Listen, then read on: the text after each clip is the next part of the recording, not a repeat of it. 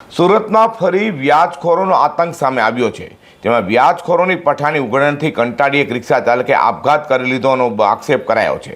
હાલ તો વ્યાજખોર સામે કડકમાં કડક પગલાંની માંગ મૃતક રિક્ષા ચાલકના પરિવાર દ્વારા કરવામાં આવી છે. સુરતના સલબતપુરા પોલીસ મથકની હદમાં રહેતા રિઝવાન શેખે સુરત નવી સીલમાં આક્ષેપ કર્યા હતા કે તેના સંબંધી એવા ભાઈ ઇરફાન મસ્તાન શેખ કે જે રિક્ષા ચલાવી પરિવારનું ગુજરાન ચલાવતો હતો, ત્યારે વ્યાજખોર વસીમ પાસેથી વ્યાજે રૂપિયા લીધા હતા. જોકે 15 દિવસ વ્યાજના રૂપિયા ન આપતા વ્યાજખોર વસીમ દ્વારા તેને વારંવાર હેરાન પરેશાન કરાતો અને આક્ષેપ કરાયો હતો. વારંવાર વ્યાજખોર વસીમ દ્વારા હેરાન થતી કરાતી હોય, તેથી માનસિક રીતે તૂટી ગયેલા ઇરફાન મસ્તાન શેખે ઝેરી દવા આપી આપઘાતનો પ્રયાસ કરતા તેને સારવાર માટે હોસ્પિટલમાં ખસેડવામાં આવ્યો હતો, જ્યાં પણ વ્યાજખોરે આવી હેરાન પરેશાન કર્યો અને આક્ષેપો કર્યા છે.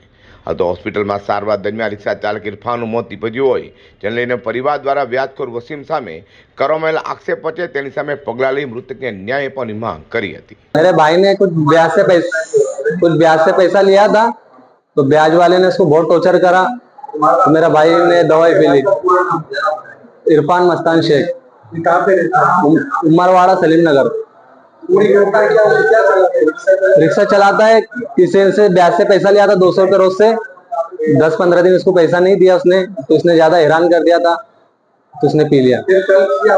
कल और हॉस्पिटल के अंदर आया था कर्जे वाला, कह रहा था कि फटाफट अच्छा हो जाएगा तो मेरा पैसा वापस चालू कर देना. ये कौन सा हॉस्पिटल है? ये आया था सिविल के अंदर, नवी सिविल में. कल कितने बजे एडमिट हुआ? कल तो नहीं आया था, ये एक दिन पहले आया था. एडमिट कब हुआ था? एडमिट होया था ये 15 तारीख के दिन, बुधवार के दिन. इसकी मौत को मौत आज कल हुई 10 बजे. क्या मैसेज दोगे कि ब्याज खोने के लिए आप क्या मैसेज? मैं कहना चाहता हूँ कि ब्याजखोरी के ऊपर से इनके ऊपर कार्रवाई करना चाहिए, इनको सजा मिलनी चाहिए. अगर आज इसको सजा नहीं मिली तो दूसरे भी ऐसी करेंगे सर. સુરત પોલીસ દ્વારા અગાઉ વ્યાજખોરો સામે એક અભિયાન ચલાવાયું હતું, જેને લઈને વ્યાજખોરોમાં ફફડાટ વ્યાપી ગયો હતો. જો કે ફરી વ્યાજખોરોએ આમ જનતાને હેરાન કરવાનું શરૂ કર્યું હોય, જેથી તેઓ સામે કડકમાં કડક પગલાં લઈ ફરી સુરત પોલીસે વ્યાજખોરો સામે પગલાં લેવા જ જોઈએ તેવી લોકમાંગ ઉઠવા પામી છે. Bureau report G 10 news.